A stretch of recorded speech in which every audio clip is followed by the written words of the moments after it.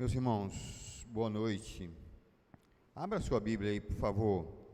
Efésios capítulo 2, verso 1. Efésios 2.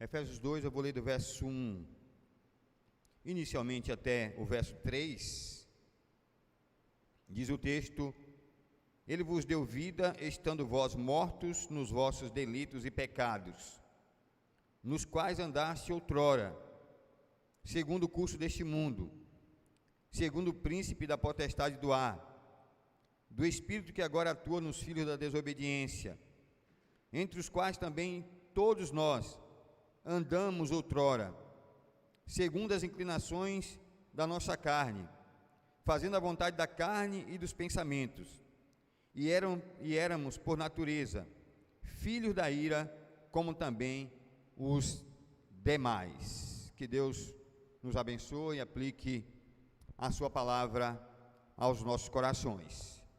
Nós temos aqui capítulo 2 de Efésios. Se a gente olhar do verso 1 até o verso 3, nós vamos ver que Paulo está pintando um quadro altamente pessimista acerca do ser humano. E é claro que antes da gente analisar esse texto de forma um pouco mais profunda, nós precisamos olhar um pouquinho para aquilo que Paulo tinha falado antes do capítulo 1 desse mesmo texto, desse mesmo livro. Se olharmos o capítulo 1, vamos ver que Paulo está falando no capítulo 1 sobre Deus. Veja que no verso 2 ele começa, algumas traduções, a tradução diz: e vos vivificou, estando vós mortos em ofensa e pecado. Ele faz uma ligação daquilo que ele começou a dizer com aquilo que ele vinha dizendo antes. E quando a gente olha o capítulo 1 todo, a gente vai ver que todo o capítulo 1 Paulo fala sobre Deus. Paulo não fala sobre nós. A oração de Paulo é uma oração sobre Deus, ou sobre aquilo que Deus é e sobre aquilo que Deus fez. Se a gente observar, a gente vai ver que Paulo começa o capítulo 1, especialmente do verso 3 em diante, quando ele sai da sua saudação inicial, ele começa dizendo: bendito Deus e Pai de nosso Senhor Jesus Cristo. E aí ele fala de Deus, bendiz o seu nome, e ele começa a dizer aquilo que Deus fez. Ele vai dizer que nos abençoou com toda sorte de bênçãos espirituais nos lugares celestiais em Cristo Jesus. Ele vai dizer que Deus nos abençoou em Cristo Jesus nos lugares espirituais. Vai dizer que Ele nos elegeu desde a eternidade. Vai dizer que não só nos elegeu, mas Ele também nos adotou em Cristo Jesus. Vai dizer que Ele nos redimiu através de Cristo e da sua morte na cruz do Calvário. Pagou, portanto, o preço, quitou o preço da nossa redenção, da nossa salvação. Ele vai nomeando uma série de coisas que Deus faz, né? E aí, depois de nomear algumas dessas obras de Deus, Paulo vai orar por eles. E Paulo diz que ora por aqueles irmãos, porque ele tem ouvido sobre a fé que havia entre eles, né, e o amor com que eles se amavam.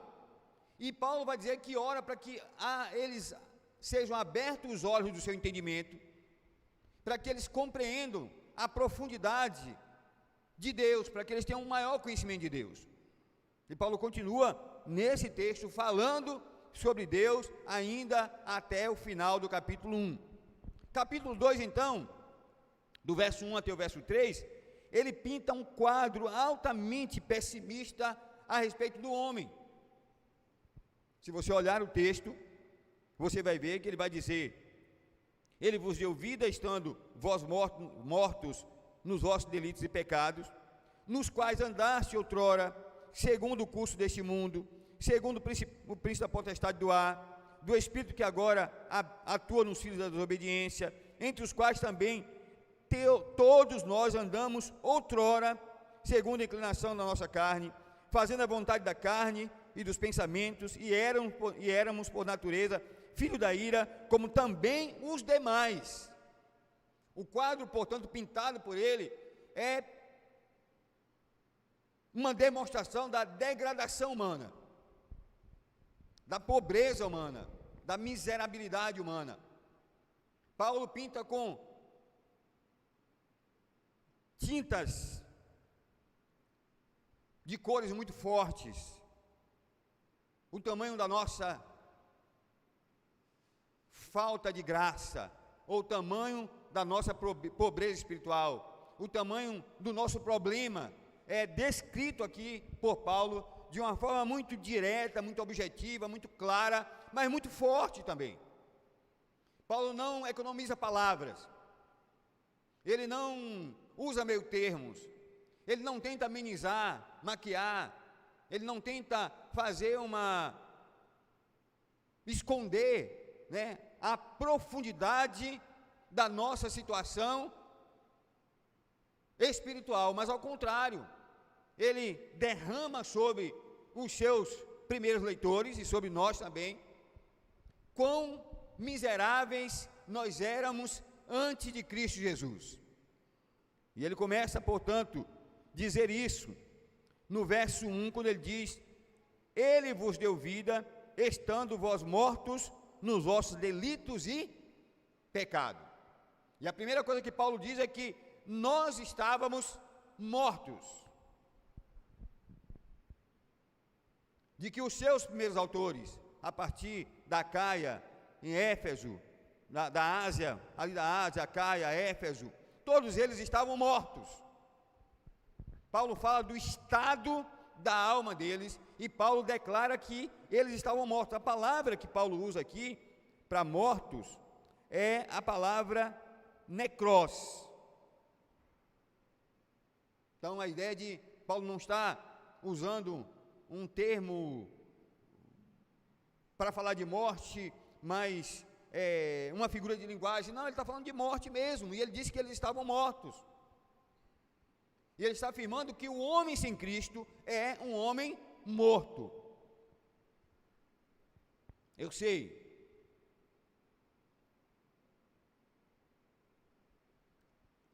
tanto quanto você, quando a gente anda na rua, quem vai na academia, quem gosta de academia, vai na academia, quando você está no comércio, quando você vai à faculdade, quando você vai à feira comprar, quando você está viajando, no dia a dia, a gente se encontra com pessoas, e o que menos parece para nós é que essas pessoas estejam mortas. A gente olha para pessoas na rua, correndo, por exemplo, na praia, se divertindo na praia, jogando futebol, praticando algum esporte, pessoas com o corpo bem cuidado, fisicamente muito saudáveis, e não dá para imaginar que aquela pessoa esteja morta, porque o que nos parece é que elas estão vivas e às vezes muito melhores fisicamente do que nós. Quando a gente conversa com pessoas no contexto acadêmico, por exemplo, nos colégios, faculdade, às vezes na rua, e a gente vê o nível de capacidade intelectual das pessoas, como elas argumentam, o que elas falam, a sua inteligência, nós chegamos à conclusão de que as pessoas não estão intelectualmente mortas, que elas estão vivas fisicamente, que elas estão intelectualmente vivas também, que elas são capazes, inteligentes, cultas, e a sensação que a gente tem é que não há pessoas mortas, mas todas elas estão vivas. Mas quando a gente olha para o texto, a gente vai ver que Paulo afirma que essas pessoas estavam mortas em seus delitos e em seus pecados. Portanto, se nós não estamos vivendo em uma sociedade de zumbis, se as pessoas que andam por aí nas ruas, que estão nas nossas casas, no comércio, que a gente encontra pela vida, não são mortos-vivos, o que Paulo quis dizer então? Que tipo de morte ele está falando? Que tipo de morte ele está descrevendo? O que é que ele quer dizer quando ele diz que aqueles homens estavam mortos e que foram vivificados por Deus? E aí, a gente vai ter que concluir que Paulo está falando de uma morte espiritual. Aqueles homens, embora vivos fisicamente, aqueles homens, embora inteligentes, intelectualmente sadios, capazes, emocionalmente, quem sabe até, também sadios, eles estavam, segundo a perspectiva do que Paulo fala, mortos espiritualmente falando. E esta morte espiritual se demonstra de uma forma muito clara, né? Se a gente fizer uma análise, uma comparação da morte física com a morte espiritual. Por exemplo, um morto não reage às circunstâncias da vida. Ele não tem fome, não tem sede. Claro que nas grandes cidades, na capital, e hoje em dia já não é mais comum isso, né? As pessoas são veladas em lugares próprios, né? Sem os hábitos que eram comuns no interior, nas pequenas cidades. Mas antigamente era comum, né? Quando alguém morria e era velado na casa da família, especialmente nos lugares mais distantes, mais longe da cidade, no interior, as pessoas iam para aquele lugar, né? Faziam fogueira, sentavam-se à porta, conversavam, jogavam dominó, comiam, né? Tinha comida, a família se preocupava em fazer comida, às vezes, a depender da família, bebida, né? Há quem terminava o velório no outro dia embriagado, de tanto beber, mas as pessoas comiam fartamente, bebiam fartamente. Mas o morto, o decújo, o defunto, ele não tinha fome, ele não comia, ele não bebia, ele não dava risada, ele não reagia, porque ele estava morto, e morto não reage às circunstâncias da vida. De igual forma, um homem espiritualmente morto, e aqui é isso que Paulo está falando, aquele que está morto em seus delitos e pecados, não pode reagir, não tem fome de Deus, nem tem fome da sua palavra, ele não se alimenta da palavra, ele não bebe da fonte que flui do trono do Cordeiro, ele não tem sede da água da vida, ele não ouve a voz de Deus, assim como morto, como um cadáver. Na cerimônia, quando está sendo velado, não reage aos sons, às brincadeiras, ao sorriso, ao choro, às lágrimas, ao lamento, aos gritos lacinantes, às vezes daqueles que, né, são parentes e que estão com o coração partido. Eles não se emocionam com a dor e com o sofrimento daqueles que estão ali. Assim também, o homem sem Cristo, morto em seus delitos e pecados, ele não pode ser sensibilizado por nada que vem de Deus e nada que diz respeito a Deus. Quando Paulo diz que eles estavam mortos em seus delitos e pecados, Paulo não está se referindo, portanto, à morte física, mas à morte espiritual. Portanto, é possível alguém que convive com você, alguém que está vendendo saúde, alguém que é intelectualmente, né, muito superior à maioria das pessoas, alguém que está emocionalmente saudável, alguém que faz o bem para os outros, que ama, que trabalha, alguém que se relaciona com as pessoas de forma positiva, alguém que faz bem a você e faz bem à sociedade de alguma forma. É possível que essa pessoa, apesar de tudo isso, ela esteja morta, e morta espiritual, e é por isso que mesmo aparentemente sendo uma pessoa que não tão boa, e uma pessoa que faz bem, e uma pessoa justa, e uma pessoa honesta, um bom marido, um bom pai, um bom filho, um excelente profissional, mas mesmo assim a Bíblia diz que sem Cristo ele está morto espiritualmente.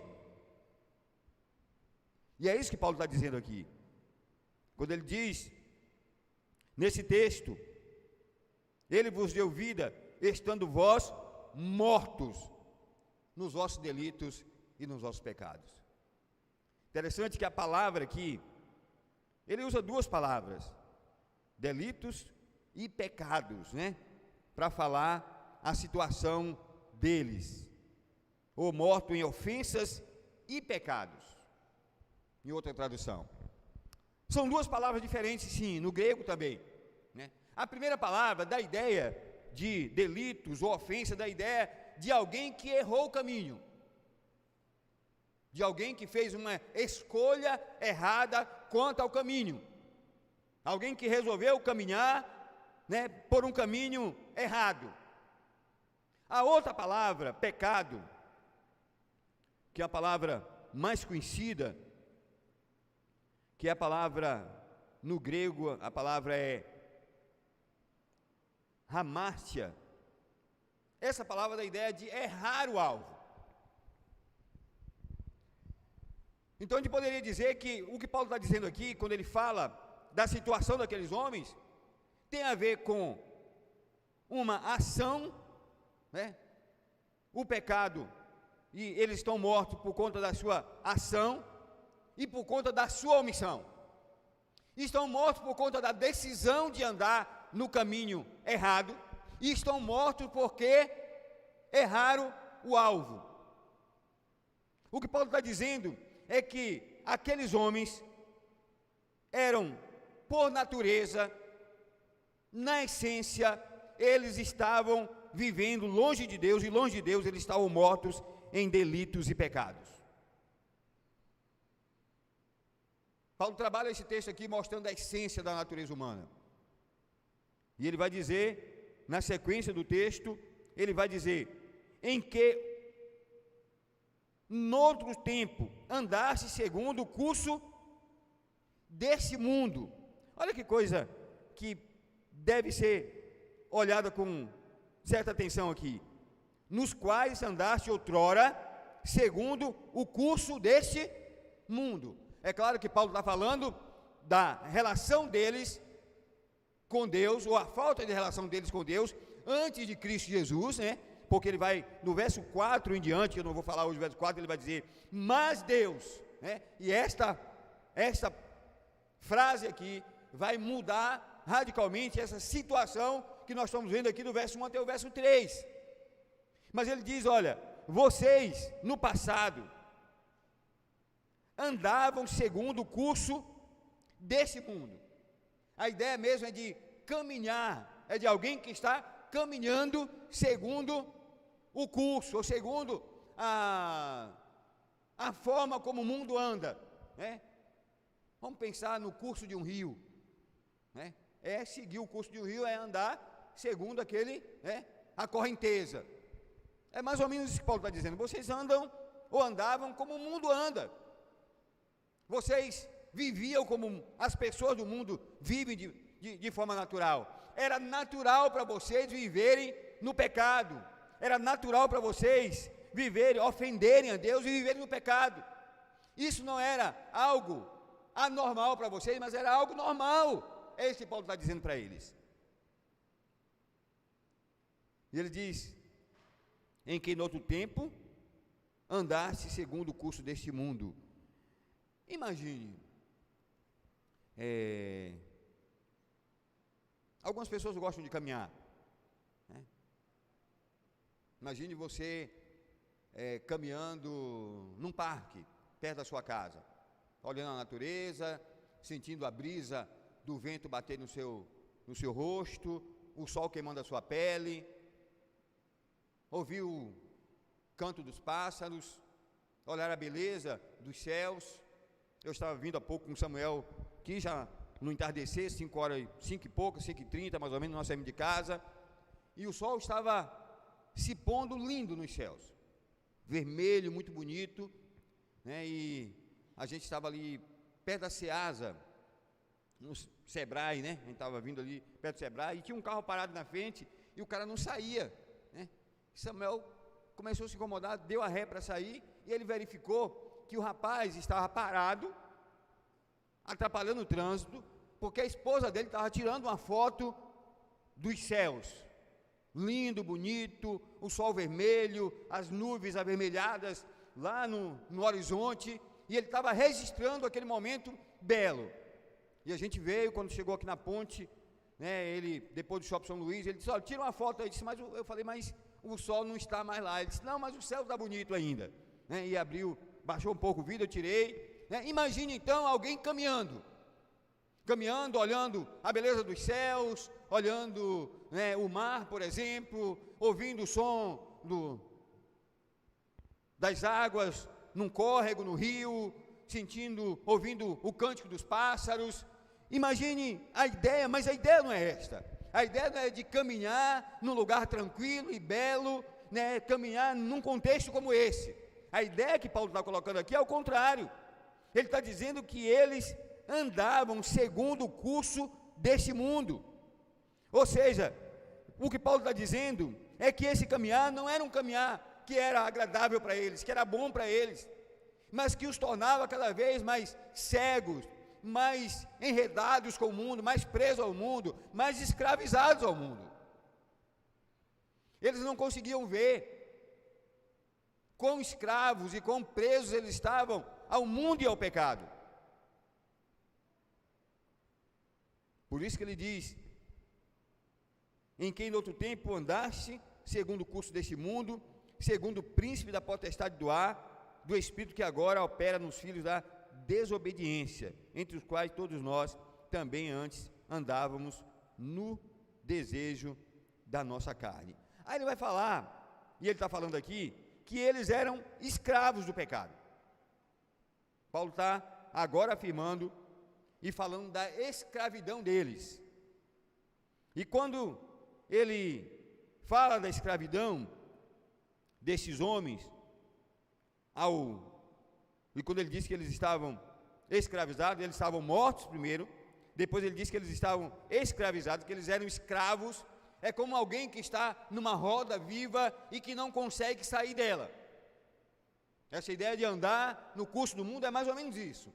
Alguém que está enredado, preso, numa roda, e que tenta sair daquele lugar e não consegue. Está num labirinto onde a pessoa roda o tempo todo, anda o tempo todo, caminha o tempo todo, mas ele vai cada vez se tornando mais perdido. Essa é a ideia que Paulo está dando aqui.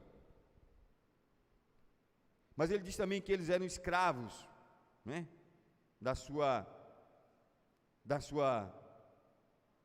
natureza, né?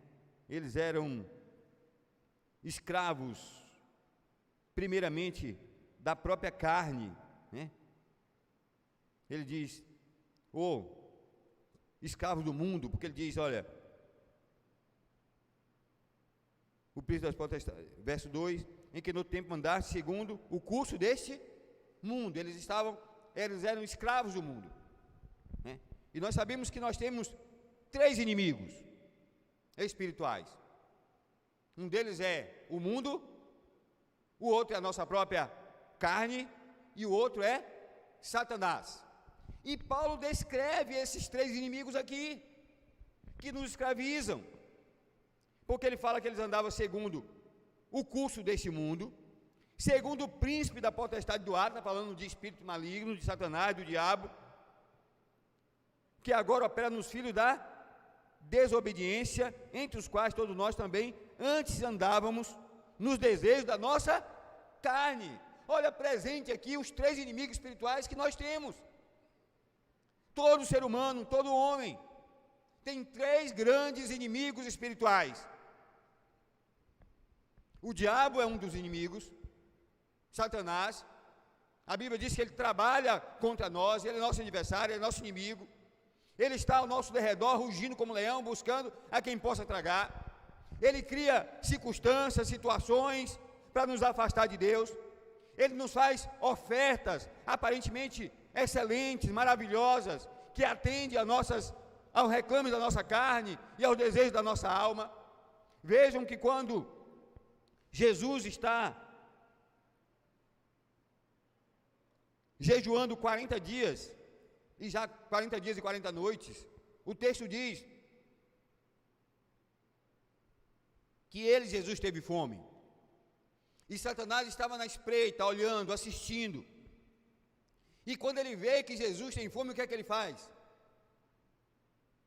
Ele se apresenta como um benfeitor. E ele aponta para umas pedras que tinham próximo ali. E ele diz: olha, se tu és o Filho de Deus, transforma essas pedras em pães, mata a tua fome. Os estudiosos e comentaristas afirmam que as pedras daquele lugar, aquelas pedras eram pedras redondas, que tinham aparência de pães.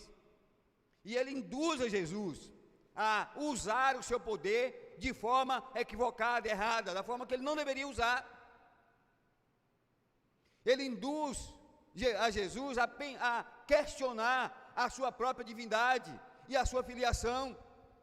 Ele diz: se tu és o Filho de Deus, transforma essas pedras em pães.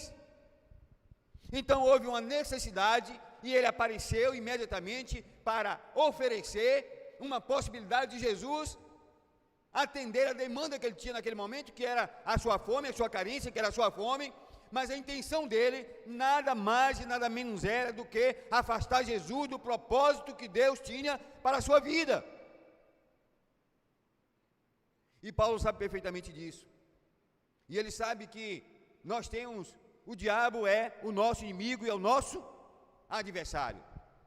Mas não só isso. Além dele, nós temos também o próprio mundo.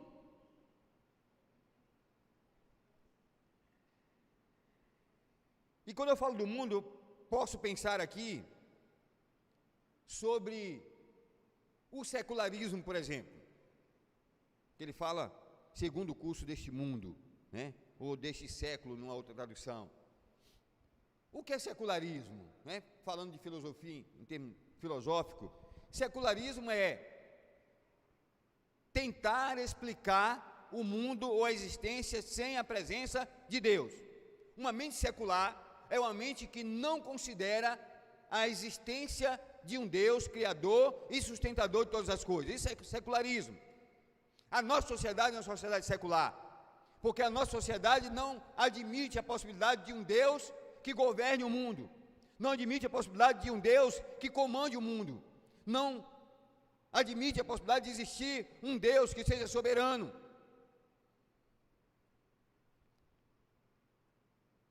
Quem veio de cidade pequena sabe perfeitamente, mas eu acho que Chimendes, Júlia são historiadores, podem ajudar nisso, vocês podem conversar com ele depois. Mas se você olhar as pequenas cidades, como é que nasciam as pequenas cidades? Geralmente junto de um rio, de algum um lugar que tinha água, né? Geralmente nascia em lugares assim. Além disso, se você olhar toda a pequena cidade, no centro da cidade, na praça principal, o que é que você tinha? Dominando a cena da cidade, geralmente num lugar mais alto, o que é que você tinha na cidade? Um templo, não é isso mesmo? Uma igreja, que simbolizava o divino, né, a presença de Deus, né, a presença, a religião, dominava a cena da cidade. Hoje em dia, as cidades novas, as cidades chamadas de planejadas, elas não têm mais uma praça principal com uma igreja matriz. Às vezes, você tem uma área na cidade onde as igrejas são colocadas, na periferia, mas num bairro afastado, né, porque a religião já não mais domina a cena principal. Isso é secularismo, é pensar a existência, pensar a vida, pensar a história, sem a presença de Deus. E nós vivemos num mundo assim. E Paulo está dizendo que eles eram dominados, eles eram escravos do diabo, e eram escravos também do secularismo, escravos do mundo. Mas ele vai dizer também que eles, além disso, eram também escravos não só do mundo, do diabo, mas ele vai dizer também que eles eram escravos da própria carne. Ele vai dizer: as inclinações da vossa carne, 3:1, entre os quais todos nós também antes andávamos nos desejos da nossa carne, ou nas inclinações da nossa da nossa carne. Nós estávamos mortos em nossos delitos e pecados, e essa morte, ela era sedimentada, e mortos nós éramos escravos, estávamos escravizados ao pecado, e essa escravidão, ela se demonstrava por meio da nossa dependência, da nossa submissão, da nossa escravidão, né, da nossa ligação, ou da nossa ligação, eu diria talvez ligação, mas dependência, né, escravidão do diabo, ao mundo e à própria carne, entre os quais todos nós também antes andávamos no desejo da nossa carne, fazendo a vontade da carne e dos pensamentos, e éramos por natureza filhos da ira, como os outros também. Paulo diz: olha, vocês estavam mortos, vocês estavam escravizados, eram escravos, e essa escravidão se demonstrava através de 3 fatores, né, que controlavam a vida de vocês: o diabo, o mundo e a própria carne. Mas ele vai dizer também no verso 3, que eles eram por natureza filhos da ira, estavam destinados à ira de Deus, estavam destinados à perdição eterna. É isso que Paulo estava dizendo, estavam condenados também, filhos da ira. A ideia aqui é de estarem condenados. E vejam bem, aqui não é a ira de uma outra pessoa, não é uma ira de uma pessoa qualquer, mas Paulo está falando que eles eram ou estavam destinados e condenados à ira de Deus. Você já pensou, já imaginou o que é alguém sofrer a ira de Deus? Alguém ser alcançado pela ira de Deus? Você pode imaginar, será que alguém pode resistir à ira de Deus? Havia solução para eles? Havia como eles se livrarem do estado lamentável que eles viviam? Claro que não. Porque além de mortos, escravizados, eles estavam condenados a sofrer a ira de Deus. E ai daquele que cai, né, que se torna alvo da ira de Deus. Ninguém pode resistir à ira de Deus. Ninguém pode resistir o poder da ira de Deus contra si. E Paulo diz que essa é a situação do homem sem Cristo. Agora, vejam que Paulo estava falando primeiro àqueles irmãos em Éfeso, porque ele diz: e vós, né, estando mortos em ofensa e pecado. Agora, no verso 3, a última parte, ele vai dizer: e éramos por natureza filhos da ira, como os outros também. Paulo vai dizer que a ira de Deus, que essa situação deplorável de pecado, de perdição, de miserabilidade, essa visão pessimista que ele está descrevendo aqui, não era privilégio apenas dos gentios, mas também dos judeus. Porque Paulo vai dizer que não só eles, mas ele diz: éramos por natureza filhos da ira, como os outros também. Paulo está escrevendo para a igreja, não é isso mesmo? Ele está dizendo: não só eles, mas nós também éramos por natureza filhos da ira. Estávamos condenados à morte eterna, à perdição eterna. Paulo vai corroborar aqui com tudo que ele vinha dizendo antes, que sem Cristo não há salvação, que sem Cristo não há esperança, que sem Cristo não há vida, que sem Cristo o homem está irremediavelmente perdido. Que o quadro do homem, que a situação do homem, que o homem por natureza, ele está morto, espiritualmente falando, ele está morto. E que a sua situação é sem esperança, se ele está sem Cristo Jesus. Na verdade, o capítulo 1, ele já vai deixar isso muito claro. Que tudo que Deus faz por nós, Deus faz em Cristo. Sem Cristo, nada pode acontecer. Sem Cristo, o homem bom, justo, que faz o bem, simpático, homem aqui de forma genérica, homem e mulher, sem Cristo, ele está morto em seus delitos e pecados, ele é escravo do pecado, escravo da sua própria carne, da sua natureza carnal, escravo do diabo, escravo do mundo. Sem Cristo, ele está condenado à perdição eterna. Não há salvação sem Cristo, não há esperança sem Cristo, não há solução para o homem sem Cristo.